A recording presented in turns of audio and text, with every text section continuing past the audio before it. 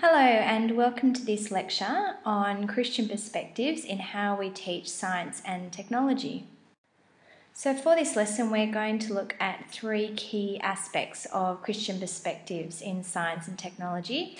The first is just a broad understanding of what a Christian worldview is and how we use Christian worldviews in teaching. Secondly, we're looking at Christian perspectives, particularly in the area of ICT, and then we're going to look at Christian perspectives in science. So firstly, let's grasp a broader understanding of what a Christian worldview is and how we might apply a Christian worldview to the way that we plan our curriculum and the way that we teach our students.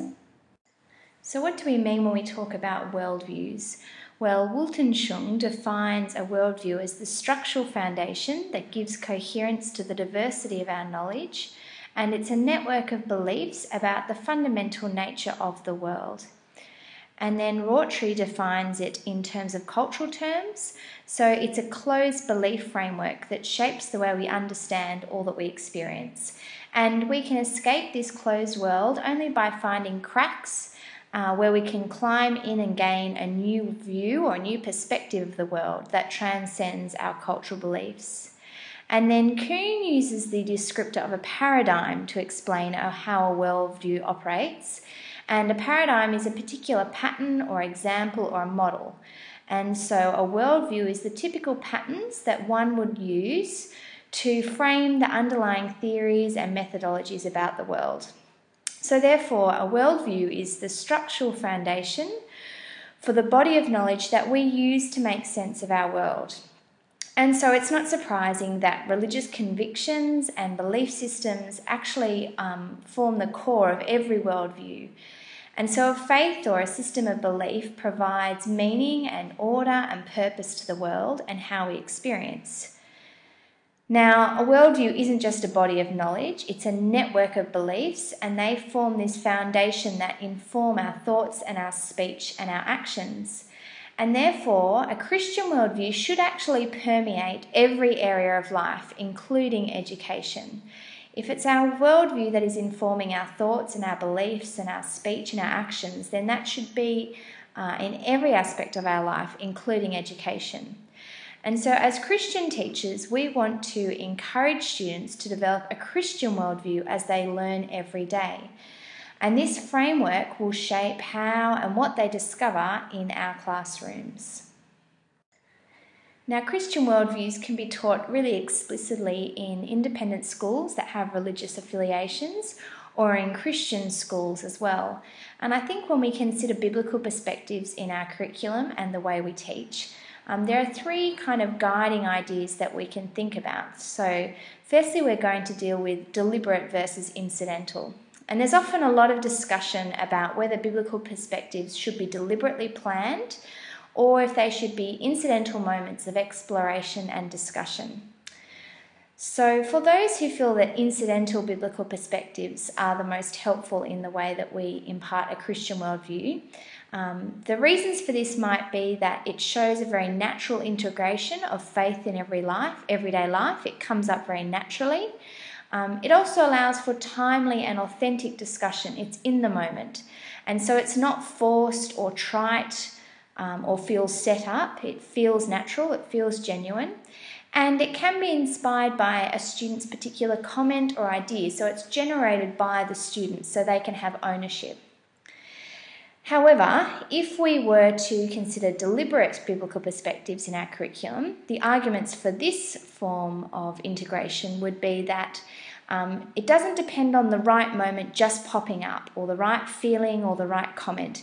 It means it's something that will happen in lessons whether the right moment occurs. It also gives real direction and purpose to a unit of work. So the biblical perspective can actually drive the purpose of the unit. Also, a deliberate approach to biblical perspectives models a very deliberate and thoughtful integration of faith in everyday life. And it also gives those who are less inclined or less inspired or perhaps without experience a real opportunity to teach with a biblical worldview with a bit more structure and direction. So I guess when we consider deliberate or incidental biblical perspectives, the answer probably is to use a combination of both. However, I would say that most teachers tend to rely on the incidental moments to incorporate biblical perspectives. And so if they're more dependent on the incidental, they probably need to make a greater effort with the deliberate. Next, let's think about drivers, detours, and destinations. Now, this is just a framework that might help you as you consider how to implement biblical perspectives in your curriculum for science and technology. So, drivers are key themes that are developed at the beginning of a lesson in a unit, and they are a thread that will drive the whole unit of work. For example, a driver in a unit of work on ecosystems might begin with the creation story and how God created the world in perfect harmony with incredible, intricate ecosystems that operated and interacted in a perfect way. Then detours are offshoots within a lesson. They're moments of discussion or talking points that may just come up in the moment, or they may also be planned. And so they're not the central focus of the lesson, but rather a detour along the way. For example, in a lesson on tectonic plates, you might discuss with the students if tectonic plates were a mistake in God's creation, in that the movement of tectonic plates caused so many natural disasters. Or perhaps tectonic plates are a deliberate part of God's creation in the way they provide movement for the shifting Earth's core. And so students might look at the role of sin in the way that it distorts God's perfect creation.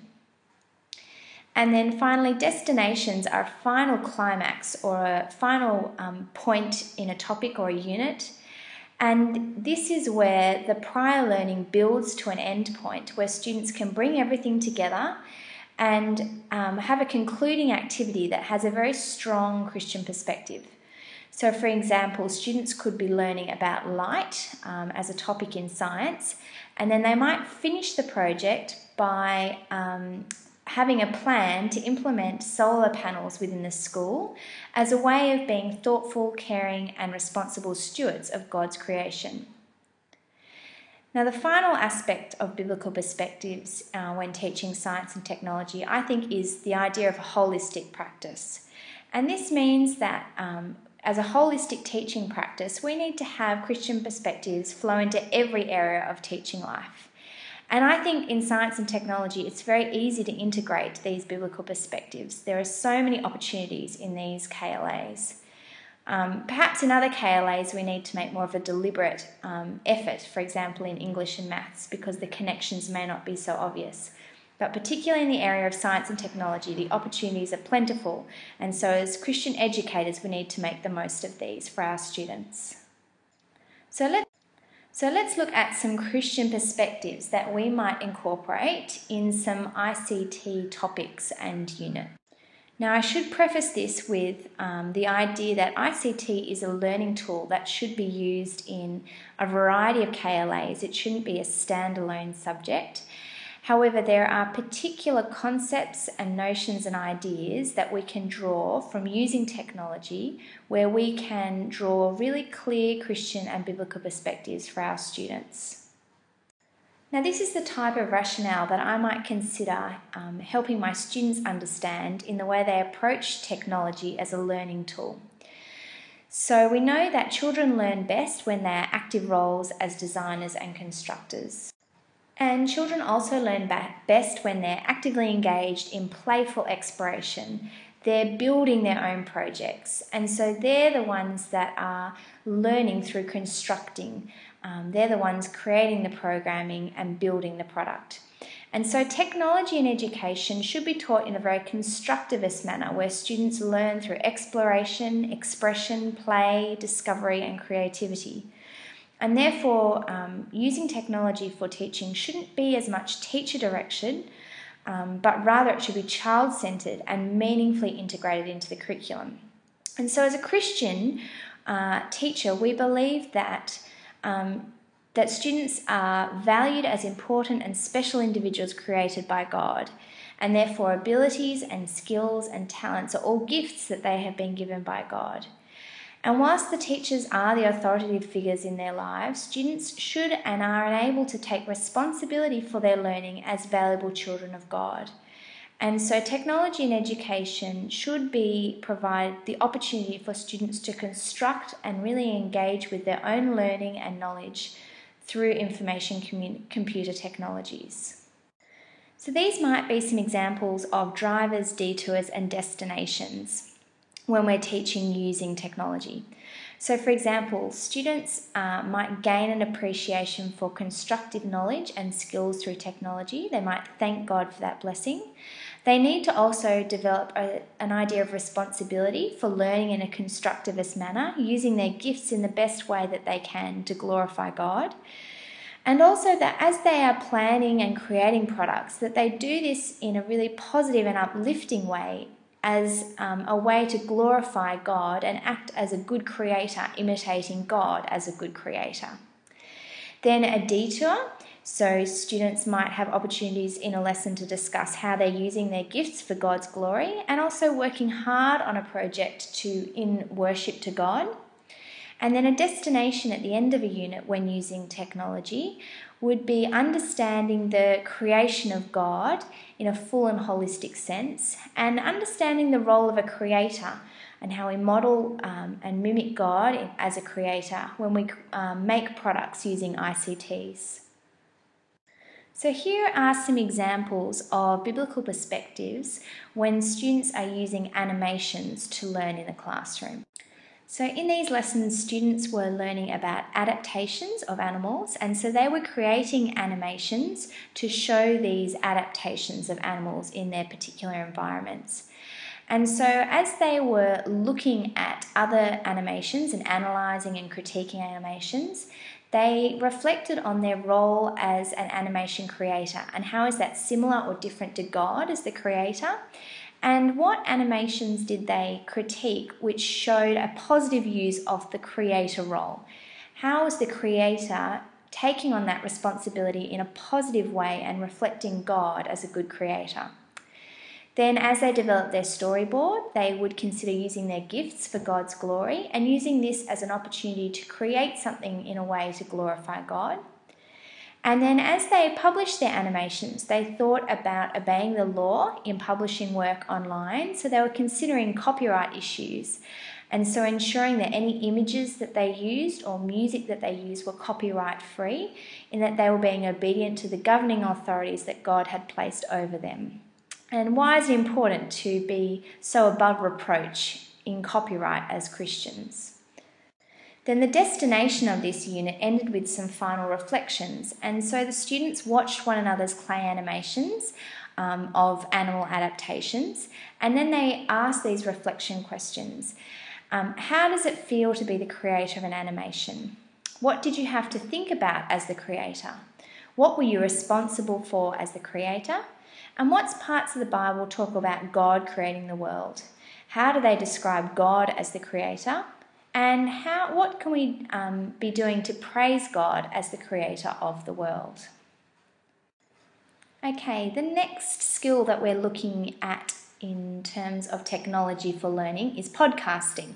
Now, podcasting can be used in any KLA. So in this particular instance, it was used for looking at community organisations and then creating a podcast about that community organisation as an advertising form of advertising for that organisation. So as students were developing their script, they had to consider how their script for their podcast could be positive or negative and could influence others. And also consider how, as Christians, how do we want the project or the podcast to be, what type of influence do we want it to have? What type of language is being used in the podcast? Is it uplifting and wholesome? Then as the students were recording their podcast, they reflected on how they could show that they value their work in the way that they listen and respond to the podcasting recording, and also valuing each student in their gifts as God's image bearers. And then as students edited their podcast, they had to think about using their gifts for God's glory, working hard on a project to worship God, And also understanding the idea of research free and from plagiarism, again looping back to that idea of copyright and being above reproach. Then as the final destination, students had to reflect on their podcasts that they had created about a local community organisation. And these were the type of questions they were asked. Did your podcast encourage and uplift others? What language did you use in your podcast? Was it wholesome? As Christians, do you think that podcasts always have to include a Christian message or theme? Is it okay for a podcast to be entertaining without an important message? What podcasts are good to listen to and what podcasts should we avoid listening to? What does it feel like to be the creator of a podcast? What did you have to think about as the creator? What were you responsible for as the creator? What parts of the Bible talk about God creating the world? And how do they describe God as the creator? And what can we praise God for as the creator of the world? Now, this next example of biblical perspectives when using technology for teaching is using Google Earth, which is a free software that you can download. There are several components of Google Earth. There's the Earth component, but then also there is the moon, the Mars, and the sky. And the sky and the Mars and the moon were being used here, integrated into a unit on space. So students had 2 lessons where they explored the surface of Mars and the moon and looked at particular space landings there and did some research on what Mars and moon were like. And then they had some reflections at the end of the lesson. So for Mars, they reflected from the appearance of Mars, why do you think that it would not be suitable for humankind to inhabit Mars? And how has God created the earth so that humankind can survive? And wanting to express a thankfulness in the way that God has created the earth for us to live on. Then when the students explored the moon, they had to reflect on how the phases of the moon revealed particular characteristics of God as a creator. And then how do we think that God created the moons to orbit planets and why? And is it difficult for astronauts to travel to the moon? And what does that tell you about humanity and God? What does that reveal about how small we are compared to God and his universe? And then lastly, is it okay for Christians to spend money travelling to moon if we were created to live on Earth? Then at the end of the series of lessons, the students created a space tour where they had to create place marks at different planets and constellations and do some research and add that into their space tour. And so this was the reflections that they made at the end of their space tours. So what do you think is the most creative part of God's universe? And if you were God and could create any part of space, what would it be and why? And then as they shared their space tours with one another, they looked at how each space tour that they viewed would be different. And so what does the difference in all of the space tours tell them about the diversity of God's universe? Now, the last example that I have for you about teaching using technology is digital stories. And digital stories is where we use images and music and audio to create a story or a progression of ideas about a topic.